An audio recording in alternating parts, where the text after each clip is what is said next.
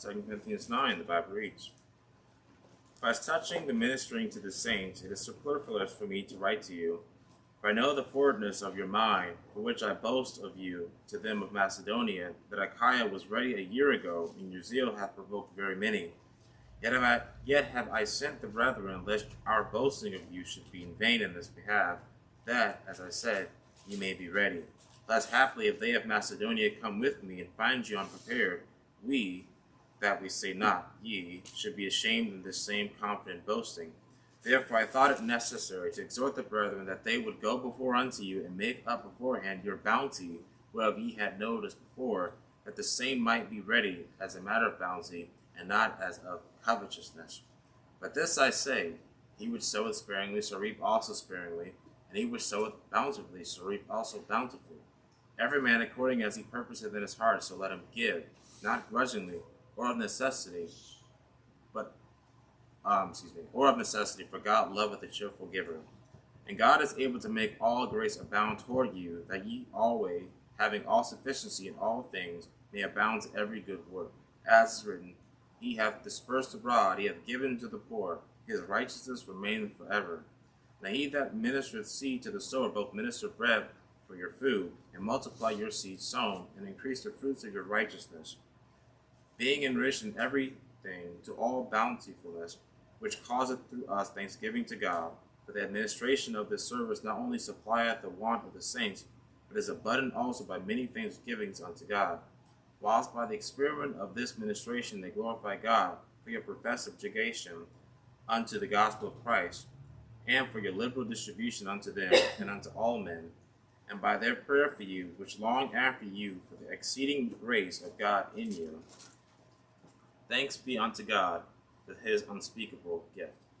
Brother Sean, would you pray for us? Thank you for the blessing and privilege to be back in your house today. Great for the word. Bless that you bless the preaching and the preacher, and I'll be edified by it. Bless that you pull off the rain a couple hours more to soul everything. And I pray that you see some service here today. And I pray. Amen.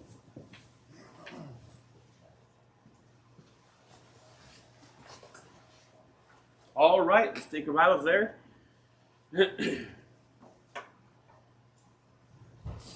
Sometimes you come to church and it feels like it's flat. You know what I mean? Like you're a long week, and boy, it's just like you're just not here. I'm there today. I'm with you. So let's see if we can go through this morning, and of course worship the Lord and learn from His Word. But pray that we can get through this without me falling asleep at the pulpit. I'm so tired. But we are this past week. I was out. Had a good week this week for myself and my family. I was able to take care of some things, and it was a blessing. But this past 3 days, I was outside, and it was rained on 2 days. And then yesterday, it was like I've got to make hay when the sun shines. And oh man, it was hot.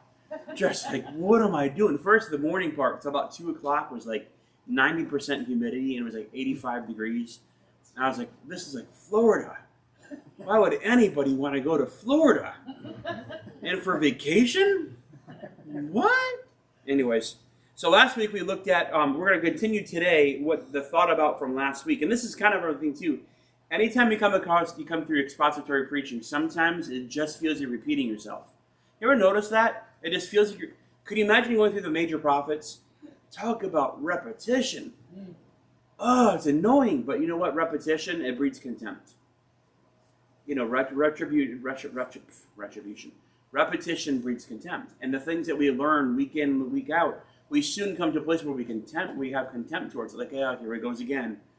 Every Monday, here we go again. Every Friday, here we go again. Every Wednesday, here we go again. And we can get to that repetition, the same old, right? And people get into that rut, and it's dangerous to do that because morning by morning, this is what Israel went through, right? Morning by morning, His mercies are what? New. I was reading through Lamentations. I was reading through that today. I read all three Lamentations, and over again.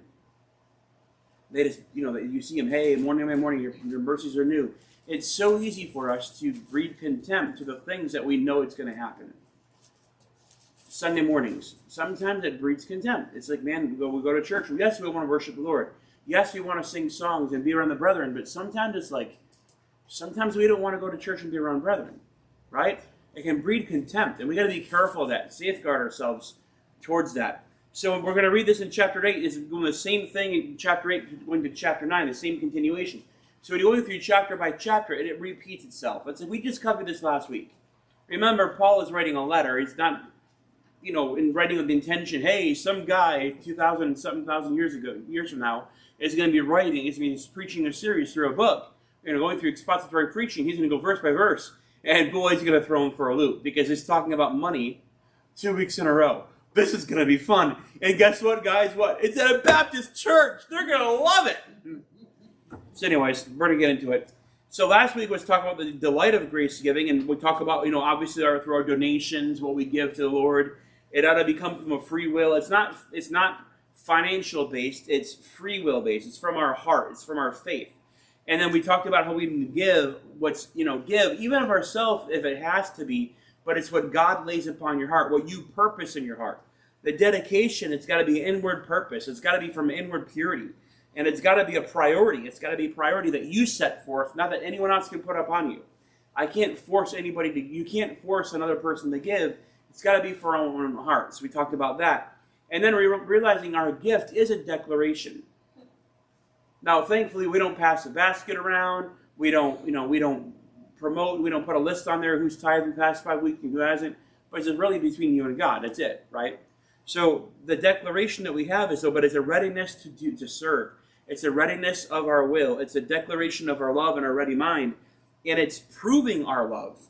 And we talked about what we give in grace, what we give in through grace is what we're known for, what we do. And of course, it's talking about our faith, our labor, our love, and our giving is to the end of the world. So carrying that on in chapter number 9, you notice here, I'm going to limit down to verse number 7 and get right onto this key verse in the chapter. And it's funny because people actually use this verse and they get to this last part of it as tithing. In fact, some tithing envelopes actually have this in the bottom of the offering envelope. It says, a tithing envelope has at the bottom, it says, God loveth a cheerful giver. I've been this one church in New York. It was Greater Grace Christian Fellowship. My dad went there briefly. The pastor at the Baptist church went off the rails. And we went to this church, they prided themselves, we're non-denominational. Like, okay, so then what are you? We're non-denominational. And what does that mean? We're non-denominational. But they didn't have any speaking in tongues, but they were very much believing in crazy stuff. And I was like, okay. And I'm like, they're Pentecostal. And I was like, no, we're non-denominational. But the group fellowship they're part of was actually a denomination of itself. It's like they were putting, within this Christian fellowship, there was Christian fellowships with the same Christian fellowship. They had the same teacher, they had the same books, they had the same outlines, they had the same everything. And it all came from this one guy in Maryland. And they subscribed to his daily radio broadcasts on a daily basis. Now this is back before YouTube or podcasts. So it's like every day they would listen to this radio station, or they get the hold of this radio station or a CB special satellite, whatever it was, syndicated radio every single day, and they played it in chapel every single day for their classes. And in staff meetings, they'd play this guy's staff meetings. So it's like, we're independent, we're non-denominational. No, they were a denomination called Christian Fellowship. It was a denomination of itself. So they understand that this. Anyways, going to that rant, I'll get off that. What am I talking about that rant? Oh, because he would always get up there during song service and they'd tell a joke. Or during the invitation or the offering time, they'd tell a joke. That's where I was going with that. Man, what a rant. Can I start over? Anyways, chapter number 9. We continue the thought from last week of chapter 8 regarding free will offering and grace giving. Look at verse number 7. Every man according as he hath purposed in his heart, so let him give, not grudgingly or of necessity, for God loveth a cheerful giver. So I want to get to that verse, get right to it. Last week we discussed the purpose in the heart. Today we're going to look at how to take action. How to take action on our willingness to give. In chapter 9, verse 7, purposed in his own heart. It says that as every man hath purposed Every man according as he is purposed in his heart, so let him give. So it's not a purpose that I put in your heart, one that I impress upon you, or that I oppress you with. It's something that you have chosen, that you have in your own heart, that you want to give, you give. Now understand this is talking about a free will offering. It's not talking about tithes and offerings to the church. God says, wherein have you robbed me? Wherein have you robbed me? And tithes and an offering. This is not talking about tithes and offerings. God has set that aside and saying, hey, 10%. We ought to be giving all that we have, but the 10% understanding was for the work of the Lord. So what he's talking about here was not talking about giving your tithes and offerings and whether we want to give tithes this week or not. What he was actually doing was he was talking about free will offerings given to the necessity of the saints. In direct context, this was taking up money to help the saints that were going in Jerusalem, that were going through a famine. Now, we don't have that happening today where people are going through a famine. So there's sometimes a historical context, the actual context of the passage. This is what they did, and we can take application from it. It helps us out. But this is literally what's happening out. There's people going through a hard time, and they were going to help them out because of the famine that Habakkuk said was going to take place. The prophet came and said, hey, there's going to be a famine, and they realized there's going to be a famine. They started taking care of that and helping out, raising money to help take care of those who are, in the famine. So I want to show you some things first, though, as we discuss the purpose of the heart. I want to talk about how to take action onto that purpose. Number one, pomp versus prep. When it comes to giving to the Lord, you've got to be up to par. Right? P-A-R. Those are my 3 points. P-A-R. Ready? So pomp versus prep. You can talk a big game. You can purpose in your heart. You know what? When the offering comes around, when that person comes to town, I'm going to give them a green handshake. Or you know what? When they come to town, I'm going to put stuff aside and I'm going to take care of it then. I've got stuff in my bank account. I know I'm not going to spend it then. I'm going to have it. Now, back then, I realized they didn't have mail service. Mail was delivered by hand, by courier. It didn't have it like it was USPS or FedEx or even Zelly nowadays or Venmo or Cash App or PayPal. Because we all know PayPal is so reliable, won't shut down your account. So pomp versus prep. So they're like, they would have to seriously prepare and put it and have it aside for that purpose. Well, they didn't really have banks really back then either. They didn't have like the same currency or banks we have today. They didn't have a way towards those systems. So they would do is they would have something called a storehouse. They'd have a place where they could bring things together, and that's what it was going to be. So there's a book out there. It's called The Best. In this book, it talks about the best laid plans of mice and men. Ever hear that phrase before? Best laid plans of mice and men. Some people have they talk a big game. I'm going to give when they come. I'm going to be a blessing. I've got it set in my heart. I'm going to lay it aside. No one here ever brags about what they're going to give. I'm thanking God for that because it really comes across as being all about ourselves and not about the glory of God. So there's a lot of times though, that we have in our hearts that we're going to go ahead and do this. And in our hearts, we prepare it, we're going to do it. I don't think anybody here is going to purposely lie like Ananias and Sapphira and sell a piece of land and keep back a portion and say they sold it for the full price. I don't think anybody's going to do that here. I think everybody's going to realize I'm going to give what I want to give. It's out of my own personal preference and what I want to give. But you see that sometimes, if without action steps, our pomp is just that. Our plans are just pomp. You've got to put forth an action plan. For instance, in school, my daughters are going through, they have 2 of them now, are going through these things called PACES, ACE. And what it basically is, it's a self-paced book. You want to take 3 weeks to go through this book? You can take your sweet time, do 1 page a day. Actually, no, you can't. But it's like 1 page a day going through this book. I'm going to do 1 page a day and finish never. Or you can sit back and say, okay, there's 12 paces for the subject for the year. And if I can complete 1 pace a month, I'll be 12 months. So I want to do about 2.5. If I can get 3 paces done a month, I can either focus harder on the subjects I'm lacking, or I can go and I can start the next subject and then the next year in that same subject, or take up another elective. So when I was in high school, I was in 9th grade, we started going through this. There's ACE and there's one called Alpha and Omega, for Christian school curriculum or homeschool. And it's expensive stuff. I mean, you can imagine my mom and the ACE was there, Alpha Omega was there. My mom and dad had put 4 of us through school. And so I was going through the Alpha Omega, and I finished all my work in 3 months. The entire school year in 3 months.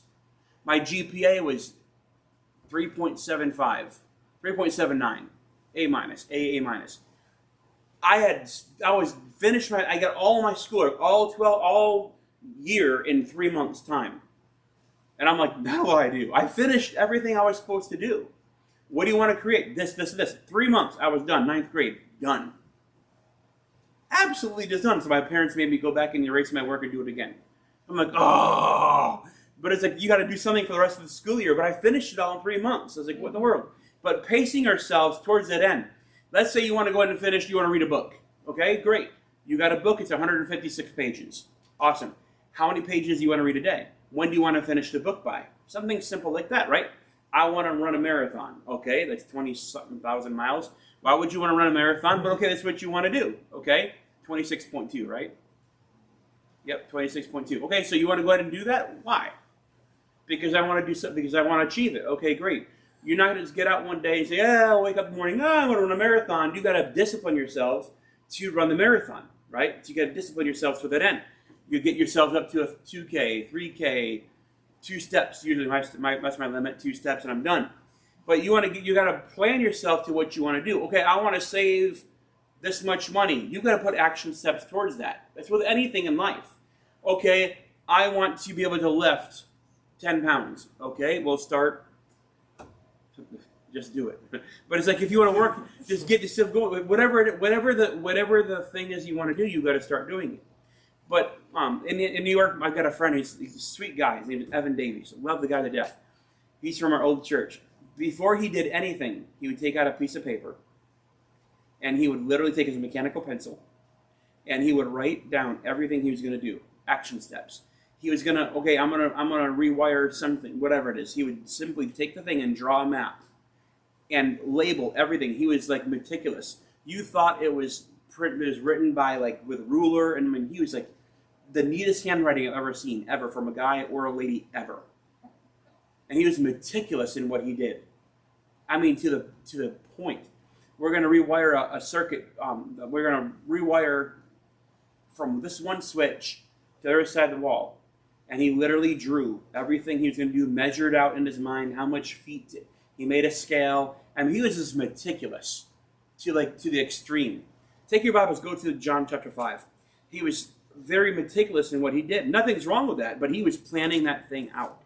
We got to make sure if we're going to have Pomp, we need to make sure we have prep. You got to plan things out. So here's this guy. So John chapter 5. I should turn there myself. John chapter 5. If you don't have any plans going forward to it, you'll fizzle out. You'll be like the seed thrown, the seed by the by the thorns, choked out, because you want to do something, but you don't have it planned out. So check this out, chapter 5, John 5, look at verse 1. After this, there was a feast of the Jews, and Jesus went up to Jerusalem. Now there was at Jerusalem by the sheep market a pool, which is called in the Hebrew tongue Bethesda, having 5 porches. And these lay a great multitude of the impotent folk, of blind, halt, withered, waiting for the moving of water. For an angel went down at a certain season into the pool and troubled the water. Whosoever then first after the troubling of the water stepped in was made whole of whatsoever disease he had. And a certain man was there which had an infirmity 38 years. 38 years. When Jesus saw him lie, he knew that he had been now a long time in that case. He saith unto him, Wilt thou be made whole? Aren't you ready? Will you be made whole? And he says, the impotent man said, I have no man when the water is troubled to put me in the pool. But while I am coming, another steppeth down before me. This guy's impotent. He can't get to where he's going to. His intention was to be the first one in the pool when the water was troubled. That's what the Bible says. If I was in 38 years in a physical condition where I had no healing, right, and I couldn't get help, and I was there, and I knew I was impotent, I couldn't get to where I was trying to go, and I wanted we don't know when the troubling of the water was going to take place. Whenever it took place at a certain season, They must have known around the time because they're all camping out there, right? He's there trying to get into the water, and while he's there, while he is coming, while he was trying to get there, now the trouble in the water takes place, and while he's trying to get there, someone gets there before him because he's trying to get there, but he doesn't have the help. If I knew that this was around the season that the angel came to trouble the waters, I would have hired 3 guys and maybe a catapult to make sure I was the first in that water.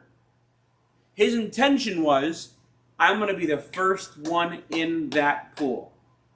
His intention was to be that, but he did poor planning. See what I'm saying? He did very poor planning towards that purpose.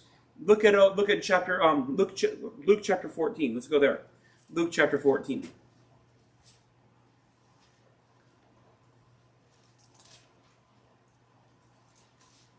You got to have an action. You got to have a plan. If you're not prepared for whatever giving it is, whatever it is, you want to give a special offering towards something, great. You want to save your money for something, great. You want to do whatever, great. But if you always talk about a big game and you never put forth the energy to do it, you'll always fail. This is not just about money matters. This is about being up to par, right? So Luke chapter number 14, look at what it says in verse number 25. And there went great multitudes with him, and he turned and said unto them, If any man come to me and hate not his father and mother and wife and children and brethren, the teenagers like, I got that down. I hate everybody. I don't love my mom. I don't love my dad. And sisters, and yea, his own life also, he cannot be my disciple. And whosoever doth not bear his cross and come after me cannot be my disciple. For which of you, intending to build a tower, sitteth not down first and counteth the cost, whether he have sufficient to finish it, lest happily, after he hath laid the foundation and is not able to finish it, all that, behold, it begin to mock him, saying, This man began to build and was not able to finish. Or, verse 31, counting the cost of going to war. My intention, Lord, is to serve you. Well, but first, before I serve you, I want to say goodbye to my dad. He's dying. I want to let the dead. Jesus said, hey, let the dead bury the dead. Hey, I want to serve you, but I just got married. I've gotten a wife. I must prove her. No, that was the oxen. But it's like, I need to make, I've got this land. I want to go check it out. As it was, I just got married. I want to check it out. Whatever it was. But it's like all these different things, and they blocked him from being focused fully on serving Christ. And he says, you know what? You want to go and follow after me? Don't be like the guy who starts building a building, and then it sits there for 20 years, boarded up, half finished, doing nothing. Down in Florida, we have there's a term for these houses that get destroyed by a hurricane or tornado or flood, whatever. They're called FEMA houses. Federal Emergency Management something, Act, Association, whatever it is, Administration, that's not what it is. It means useless. You can go and buy a FEMA house, and you can go inside, you can see that it's half finished. The roof got tore off, blue tarps. They still have not finished anything. Mold is all through the walls. They're absolutely useless. You can't do anything with it except tear it down and rebuild. Useless. Fluff. You know what's awesome about it? You can burn the building down, but you'll never burn the foundation. The foundation is laid. It's secure. It's set, right? The building can go up in flames. That building can go and become invaluable to all those around it, but the foundation was still laid. That's a beautiful picture of Christ. So you find this in Luke chapter 14. He says, hey, you have an intention to follow me. You have an intention to build a wall. You have an intention to go to war, but you have an intention, but you have no follow-through. Don't let your pomp be all full of pomp. Make sure you've got planning. Make sure your plan isn't all pomp. Make sure you have preparation to your plan. Mike Tyson, I believe, said this. Every man has a game plan till he gets punched in the mouth. Everybody's got a battle plan till they get punched in the mouth. You can get out there, I'm gonna take out Mike Tyson. I'm gonna go, boom! First punch, 3 seconds. Mike Douglas, was it? First 3 seconds, down, like, just down. There he goes. 3 seconds into the fight. One punch, knocked out. All that planning, all that preparation, all those jump ropes, all those egg breakfasts at Rocky Balboa, whatever, everything you went through, all the days spent at the gym, all the hype, all the pamphlets, all the mainstream, all the promotions, the weigh-in, all the training, everything, and you get in there, boom, right in the kisser, and down you go. 3 seconds into a fight. How embarrassing! What? When you go up against a champion, put your gloves up, put your hands up, hide, put yourself in a corner, no hitting below the belt. So you pull your shorts all the way up to your neck and just cover yourself. You'll win every time, right? But it's like all that pomp and all that nonsense without any game plan. So if you're gonna put aside anything for giving, if you want to do anything for the Lord at all, have a game plan. Have a plan. Don't be up to par. Number one, have a plan. Number two, take action steps. You've got to have action steps. You've got to have a purpose. Remember when Herod was going to take Peter and was going to kill Peter after Passover? He didn't want to upset the people, so he was going to kill him after the Passover. The Bible says he intended to kill Peter.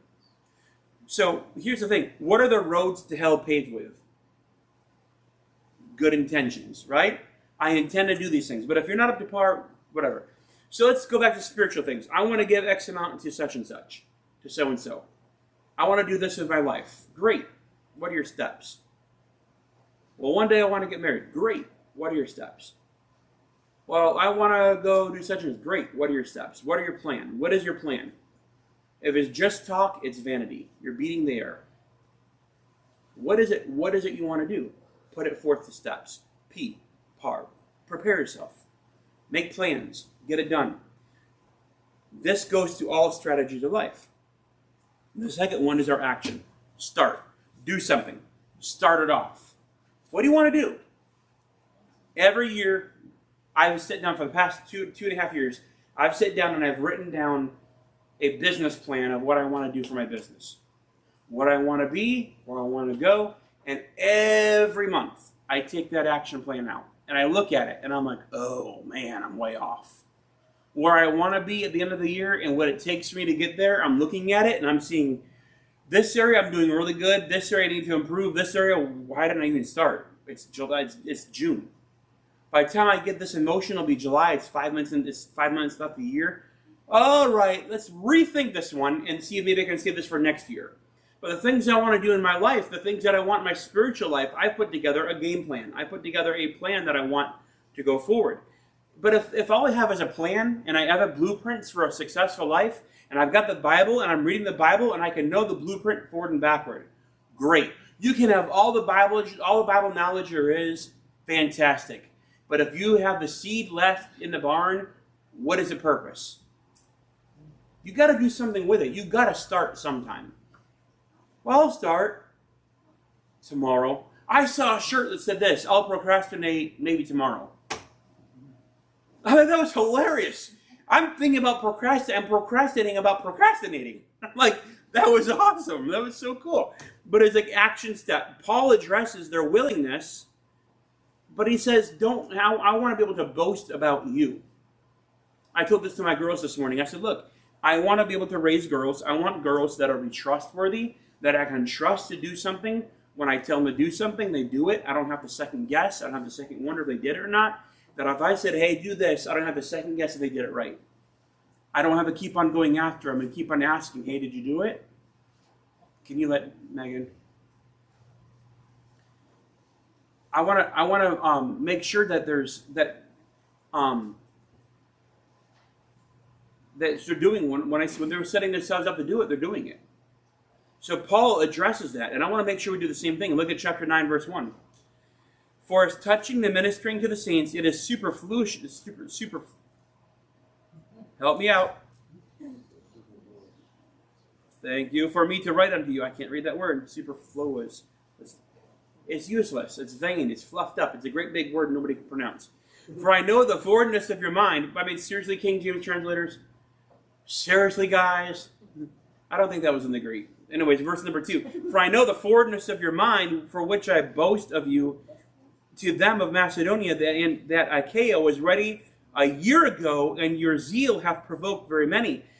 He says, I know the forwardness of your mind. I know you are forward thinking. You put it to action. For I boast of you to them of Macedonia. It was in your heart to do this, and your zeal was there, and you talked a big game. Don't make me embarrassed by you not being ready. And he says this, and this is why he's addressing it by letter in 1 Corinthians, but also in 2 Corinthians. There's a reason why he's addressing it, because he's like, dude, I gave you a year notice, and you put it together a game plan. Have you prepared anything? Have you done anything? Have you started? Have you started what you said you're going to do? No? Then what do you start? Well, I got to start. I feel a slight breeze. This past week at the Balloon Festival, it was literally Thursday, it was thunderstorms. Friday, stormy. And Friday afternoon, there was a space. There was a little bit of light gray skies. It wasn't so overcast. It was light gray skies. It was typical Ohio weather. And we're looking up, and like people are like, well, when are the balloons going to go up? We want to see the balloons go up. They're like, there's T-cells in the area. There's thunderstorms in the area. We don't see nothing. And then 10 minutes later, thunderstorms show up. Rain's coming out everywhere. Lightning striking everywhere. And I'm like, God, this is great. I'm under a metal tent in the middle of a mud puddle. I feel safe. But it was literally, I was in a mud puddle in the middle of, like, under a tent. I'm like, this is wonderful. But people are upset because they wanted to go and have this festival. They wanted to go up. Those people knew what they were doing. They're looking and saying, oh, we can't go it yet. Then finally, Saturday comes, and the sky turned blue, and boy, the balloons went up. And everybody's like, yay! But they spent their entire time planning on something, but they took no action going up. Something blocked them. That happens to everything. But by the end of the day, they still launch balloons. Their plan wasn't exactly to a T, but at the end of the day, they followed through their plans. And it was great. I missed 4 of them. I had to reload. Missed them. But actions, action, you got to start. Don't be ashamed. Don't be ashamed. Don't be ashamed to people around you. Just do it. Put it aside now. Now, there's a concept that when you think about this with the church is not a storehouse. The church has never been a storehouse. And this is where the Old Testament says storehouse tithing and bring it to the storehouse, or your grains may be full. The church is never meant to be a storehouse, and the fact that we have all these good surplus saved up. I know a church, they got 25 members, and they have about 140,000 easy in the bank in savings. The building is 100% paid off. The parsonage is paid off. Beautiful property, everything is taken care of. And they have $140,000 in savings, and about $20,000 in their budget. And they have money put aside for stocks and bonds. What are you doing with the money? What are you doing with it?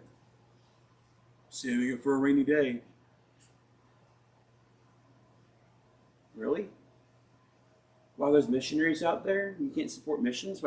Missions trips, going soul winning, you can't support the pastor full time to go soul winning. You can't, really? You can't think of anything left to do the money but put in savings. Well, I have this that God has given me, and I'm hiding in the earth.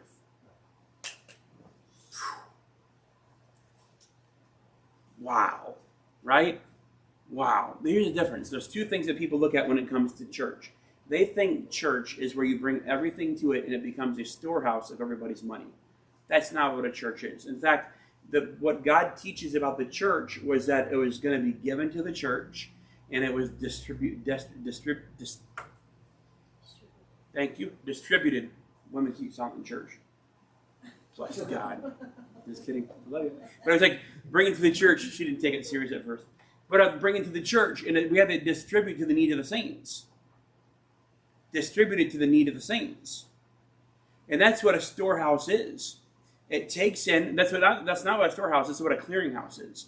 There's a missions agency, and there's several missions agencies or mission boards, and their whole philosophy is that you send the mission board the money, and then they hold on to it, and they pay the taxes and fees and everything else, and then they take a percentage of what was given to the missionary, designate it for the missionary, and they send it to the missionary, but the mission board keeps a percentage of what was given.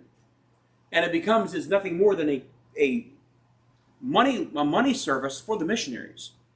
And then they oversee the missionaries on the field, and they keep the missionaries accountable, blah, blah, blah. That's not of God. That's not what God tells us to do. But a clearinghouse is something that makes more sense. They're given, and they make sure that they're given. Hey, you know what we're going to help you take out? We're going to help you get the money from this person to that person. And it's going to go through the church to help. It's going to help, be diverse going through. But the purpose was, God, the Bible tells us that Paul said, put it aside, and when I come, bring it. Have that money aside. That means you can't be putting money in your mattresses where moth and thieves can break in and steal. But it's got to be put somewhere. But a church doesn't have money in order to pad its pews, pad its account. The church takes the money so it can be distributed when it needs to be distributed. That's the proper use of church. That's a proper use of anything. But the storehouse is a faulty view of it. And that's why you see churches out there with Taj Mahals. That's where you see money laundering and messed up churches. That's where the pastor doesn't want to show you the books. That's where everything is secret, only for a select few. Oh, no, you can't see it. What right do you have? You got to get a warrant. And there's churches like that. You can't see the books. You have no idea what's going through at all. Our books are, hey, you want to know? Fine, give us 2 weeks. We'll get everything put out in a statement for you. I'll be glad to help you. I'll be glad to show you what we have going through. I'll pull my bank account, pull up the statements right now, boom, on phone, there it is. I don't have a problem with that whatsoever. Our church is an open book when it comes to that. Always has been. We don't have anybody bothering it because you know how the church operates. But you got to take action and do what you want to do with it, though. So what is it you want done? Number one is prepare, right? Have a plan. Be up to par. Have a plan. Then take action in that. If you don't take action in it, you'll never succeed. If you don't start, you'll never succeed. You've got to have action. Lastly, remember. You got to remember. Because look, you can put your best plan to action, and you can have action, but you know what? There's still going to be the hailstorms. You can go out there and plant the most straightest furrow lines. You can have the best rows of corn or wheat. You can have the best lines. You can put the best fertilizer out there. You can have the best seed. You can have it all fenced off. You can have everything done just right. And boy, you can just, do your best work. And one hailstorm wipes out everything you got. They can mess you up. One bad case of those locust thing creatures that are out in the world today. What are they called?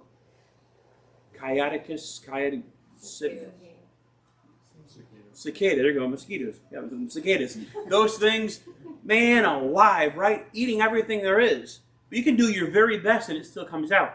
Remember, all giving is out of love and grace to God. Everything we do is out of grace and love to God.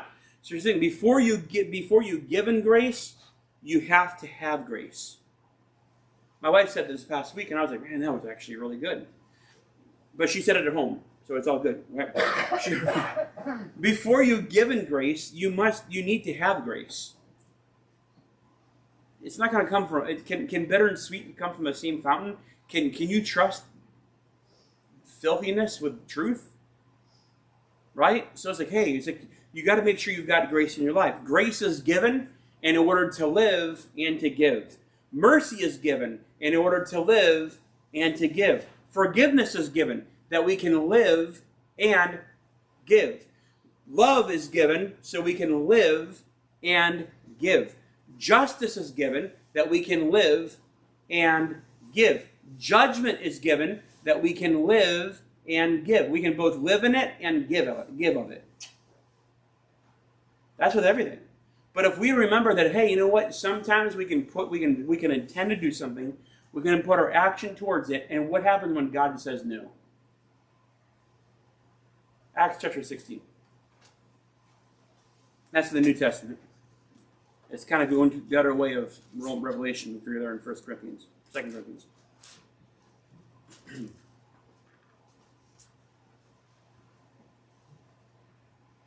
Look down in verse number 6. Now when they had gone throughout Phrygia and that place, and the regions of Galatia, and were forbidden of the Holy Ghost to preach the word in Asia, after they were come to Mysia, they essayed to go into Bithynia, but the Spirit suffered them not. And they, passing by Mysia, came to Troas, and a vision appeared to Paul in the night, and there stood a man in Macedonia, and prayed him, saying, "Come over into Macedonia and help us." Here they are. They're leaving here in Lystra and Iconium. They're fixing to go down into the next city, and God says, "Nope." All right, they're going to go this way, and God says, "Nope." They had a battle plan, what they wanted to do, and they went this way. They already came this way, and now we're going this way, and God says, "Hold it, going to Macedonia. Here's a vision." And he winds up going farther. But it's like they're literally going, he has a battle plan of what I want to do, and God says no. And the Spirit forbade them. That they were the Spirit. Bible says they were forbidden of the Holy Ghost. They were forbidden, and then they essayed to go to Bithynia, but the Spirit suffered them not. So remember, even with your best plans, and you've prayed about it, and you've done your dead level best to prepare for it, and you did everything you want to do, and you put action steps. What can I do today? What can I do tomorrow? What can I do for 3 days from now? What's on my agenda for today, tomorrow, and the next day? Right? Every business model, every spiritual model, every self-discipline you have, and you're doing everything you can. What happens when God says no? What happens when the will of God for your life is a bitter cup? What are you going to do when God gives you, when God's will for your life is for you to take a cup of suffering rather than a cup of success? Live in that grace. Live in that mercy. God will never bring you to something that he won't bring us through. He never will. But I wanted to go here. What if God shuts the door? So after I stepped aside from the church in New York, I was praying. Even before I left, I was like, Lord, if I'm going to be stepping aside and I'm going to be leaving the ministry here in New York, Lord, this is my desire. This is literally what I told the Lord back in 2013. 2012, I said, Lord, if I'm going to be stepping aside from the church here, and you're going to move me around to my next ministry, Lord, please allow me to go to Western Pennsylvania or eastern side of Ohio. I knew some churches in the area, good hotbed churches, and I was like, I wanted to go. It seemed like God was really moving in the area, and I wanted to go out to those areas because there was still wholesome, there are still, by the world standards, wholesome people in the area. And as bad as the world is around us today, can I tell you, be thankful you're not in New York. Be thankful you're not in Jacksonville. I mean, it's crazy out there. So I'm like, okay, Lord, that was a desire of my heart. And I prayed about it. I said, Lord, okay, well, this is what I'm going to try to do. I tried getting a church in Mansfield. I tried getting a church. Even when I went to Florida, I was there for a couple of years. I was in the voting stage of a church down in Salt Creek, which is down by, Salt Fork, which is down by Cambridge. And that door slammed shut. I said, okay, Lord, what do you have for me? I really don't know. And when I finally came up here, I was like, I didn't want to pastor. I wasn't interested in pastoring. I wasn't interested in anything, but God remembered the prayer that I prayed. And my desire that I wanted, my plan was to resign that church, move to Ohio somewhere, find a church in Ohio or Western Pennsylvania and serve the Lord. That was before. Then I went to Florida and was in Paradise Lost for several years, and then I came up here. It was like my desire was not to preach, but God remembered that I wanted. God knew my heart. God knew that I wanted to pastor again, just not at that exact moment in my heart. I was so upset and frustrated and just lost and trying to figure out what it was, because no matter how hard it was, I even let me back up and say this. I also candidated at a church outside of Butler, Slippery Rock, Pennsylvania, Western Pennsylvania. And I was like, Lord, if that's where you want me to be, I'll go. I'm going to want to serve you, Lord. I'm not done yet, but this is the place where I'd like to serve. I'll go anywhere, but this is where I'd like to go. And God kept shutting doors. Florida, shutting doors. Georgia, shutting doors. East part of Virginia, shutting doors. I'm like, where am I supposed to go? Back in upstate New York, God shut doors. I'm like, where am I supposed to go, Lord? Alabama. Thankfully, I never went that way. But I was like, where am I supposed to go? Louisiana, God shut doors. Where am I supposed to? God, look, I want to serve you. Indiana, God shut doors. Lord, I just want to serve you. I'm serving you the best I can where I'm at. Where am I supposed to go? Finally, I got so frustrated. My plan was falling apart. I said, God, I don't know what you want me to do. I planned and planned and planned and planned and planned and prepared. I took action. But remember, you can have the cleanest, most laid out plan there is. Boom. You got hit in the mouth. What are you going to do? What are you going to do?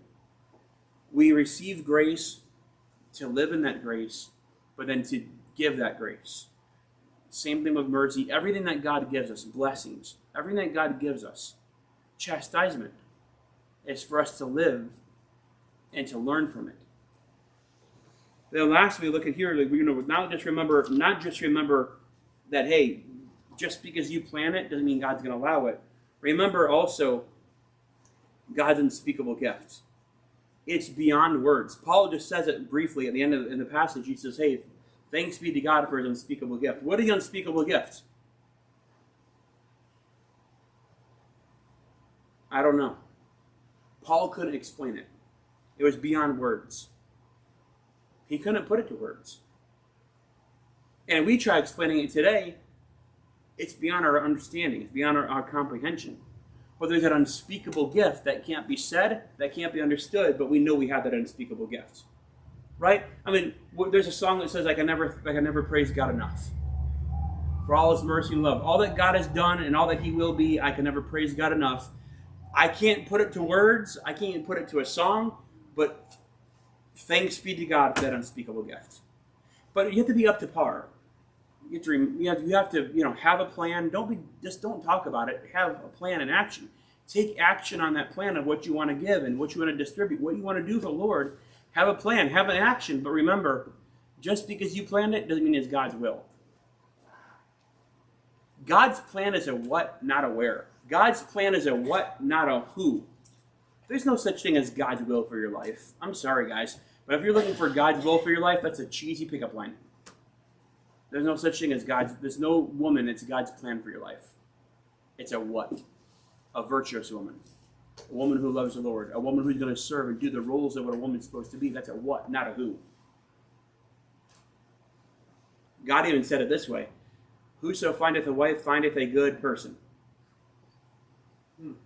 No, findeth a good what? Thing.